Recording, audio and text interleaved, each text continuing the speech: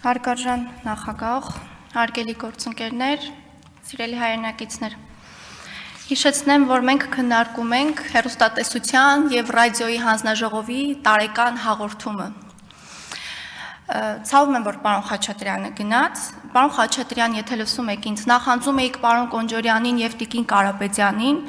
թույլ տվեք, ես էլ նախանձեմ ձեր ունիկալ կարողությանը, իմ մոտ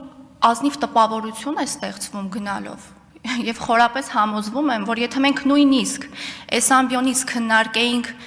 հիփոթետիկ էկոնոմիկայի նախարարության տարեկան հաշվետվությունը, խոշոր և մանր եղջերավոր կենդանիների մասին զրուցեինք, այս ամբիոնից դուք այնուամենայնիվ այդ ունիկալ կարողությամբ ամբողջ իր ծավալով տրանսֆորմացնեիք և ձեր օրակարգին համապատասխան այստեղից ելույթ կունենայիք։ Ես կզարմանայի, որ լսեինք այստեղ կանոնակարգման, վերահսկման, մեխանիզմների, բովանդակության պակասի, կոնտենտի պակասի վերաբերյալ, ցավում եմ, որ չլսեցինք։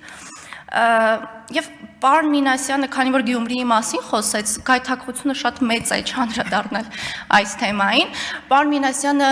շատ հետաքրքիր բան նշեց ականջ ու ծակող առնվազն ինձ համար, ասաց դուք Արցախի կորուստը ավելի թեթև եք տանում, չծանր չեք տանում այնքան, որքան Գյումրիի հաղթանակը, բայց այդտեղ մի կարևոր դետալ կար, ասաց ընդդիմության միասնական հաղթանակը։ Ինչ միասնական հաղթանակի մասին է խոսքը, պարոն Մինասյան, ամենայն հարգանքով, այն միասնական ընդդիմության մասին, ովքեր տետատետ, իրար տեսան, հարաբերվեցին ավագանունիստի օրը առաջին անգամ,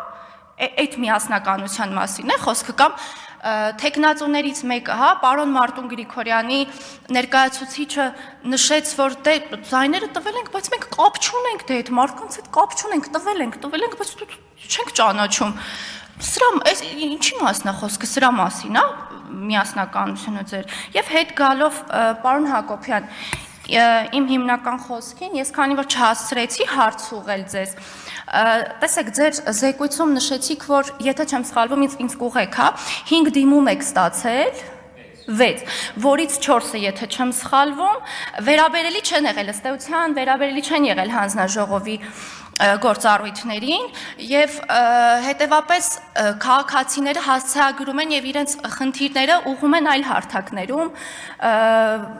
Facebook-յան հարթակում հիմնականում արտացոլվում են այս դժգոհությունները, այստեղ երկու հարց ինձ մոտ առաջացավ, տեսեք,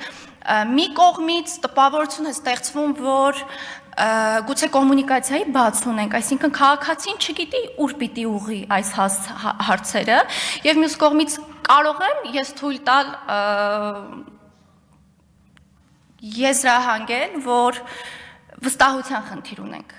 այս համատեքստում, իսկ քաղաքացին կարծում է, որ եթե վիրտուալ հարթակներում այս հարցերը ուղղի, ավելի արագ կստանա պատասխան, քան օրինակ հասցեագրի այնտեղ, որտեղ ըստեյության պիտի հասցեագրի, շնորհակալ եմ։ Չմոռանաք հավանել տեսանյութը և բաժանորդագրվել Civic AM-ի YouTube-յան էջին։